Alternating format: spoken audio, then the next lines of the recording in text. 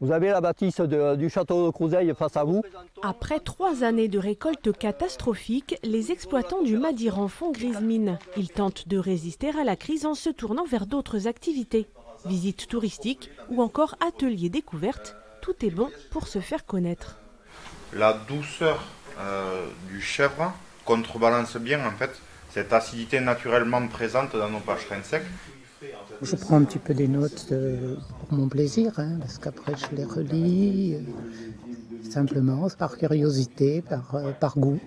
J'avais déjà goûté du pâcherin blanc, sec, mais les Madirans j'aimais pas trop. Je trouvais trop tannique. Mais là celui-là, je trouve que vraiment ça passe bien. Les vignobles de Madiran et Pâcherin qui ont beaucoup misé sur l'export et la grande distribution, ils tentent désormais de séduire autrement.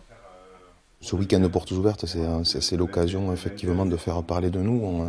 Depuis quelques années, on a pas mal investi aussi dans le no-tourisme pour faire venir les gens à nous et découvrir nos produits et notre territoire qui a beaucoup à offrir.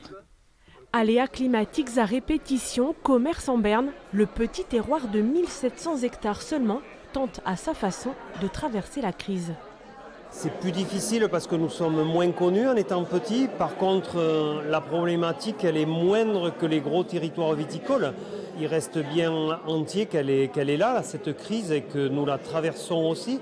Par contre, nous mettons tout en œuvre depuis des années à développer nos vins de terroir, d'appellation, autour de Madiran et de Pâcherin du Vic-Bilh, qui sont nos emblèmes. Et on reste persuadé que c'est au travers de nos appellations qu'on doit faire vivre ce territoire et les jeunes vignerons et les vignerons de demain.